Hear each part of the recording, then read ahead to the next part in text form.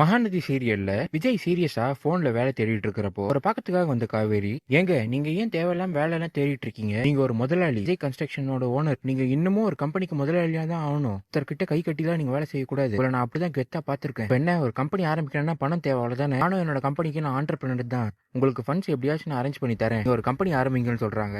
விஜயும் இதை கேட்டு சிரிச்சுக்கிட்டே, ஏண்டி அது உங்க அம்மா கம்பெனி, ஏதோ உங்க கம்பெனி மாதிரி சொல்றீங்கன்னு சொல்ல, என் கம்பெனியா இருந்தா என்ன, எங்க அம்மா கம்பெனியா இருந்தா என்ன, இப்ப இந்த கம்பெனிக்கு நான் தான் ஆளி நாளு. நீங்க விடுங்க, நம்ம பாத்துக்கலாங்கிறாங்க.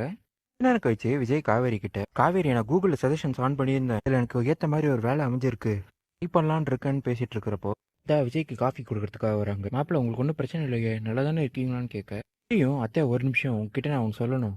அப்பா அம்மாவா நான் உங்களை தான் பாக்குறேன். அதான் என்ன தாத்தா பாட்டி சித்தி எடுத்து வளர்த்துருந்தாலும் உங்ககிட்ட கிடைச்ச அன்பை விட உங்க அன்பு ஏதோ தனியா தெரியுதுன்னு சொல்றாரு. தம்பி, நீங்களும் எனக்கு ஒரு பையன் மாதிரி தான். உங்களை பத்தி தெரியாம அப்பா புரிஞ்சுக்கிட்டேன். முன்னாடிலாம் உங்க மேல ஒரு சின்ன கோவம் வந்துச்சு, ஏன் இந்த பையன் கான்ட்ராக்ட் கல்யாணம் அது இதுன்னு பண்றானேன்னு. முழுசா புரிஞ்சதுக்கு அப்புறம் தான் நீங்க ரொம்ப நல்ல மாப்பிள்ளைன்னு எனக்கு தெரியுது அப்படின்னு சொல்ல, இதை கேட்டு விஜயும் காவேரியும் ரொம்ப சந்தோஷப்படுறாங்க. கடையில இருந்த குமரன் அத்தைக்கு ஏதாவது உதவி செய்யணுமேன்னு கங்கா கிட்ட சொல்லிட்டு வீட்டுக்கு கிளம்புறப்போ, கங்காவும் குமரனை தடுத்து நிறுத்தி, ஏங்க நீங்க எங்கேயும் போக வேணாம், இங்க தைக்கிறதுக்கு நிறைய வேலை இருக்கு, ரிசப்ஷன் ட்ரெஸ் வேற ஈவினிங்கே கொடுக்கணும், எங்கேயும் போகாதீங்கன்னு சொல்லி உட்கார வச்சிடுறாங்க.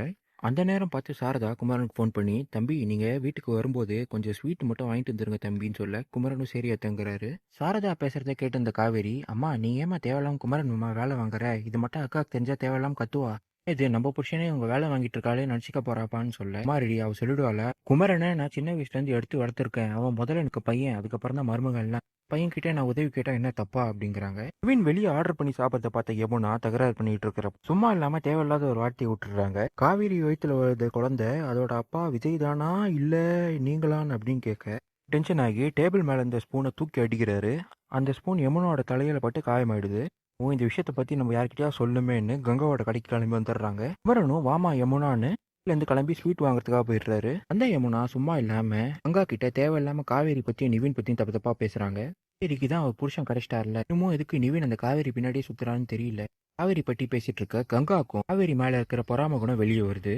இருந்தாலும் காவேரி கிரேட்ரி, சின்ன வயசுல இருந்தே அவ தான் எல்லாரையும் டாப்பா இருப்பா. அதனால்தான் என்னவோ அம்மா ஆகட்டும், அவ புருஷன் ஆகட்டும், குமரன் மாமா ஆகட்டும், நிவின் ஆகட்டும், எல்லாருமே அவளுக்கு ஒண்ணு எல்லாத்தையும் இழுத்து போட்டு செய்யறாங்க. ரொம்பவே அதிர்ஷ்டசாலிடின்னு சொல்றாங்க.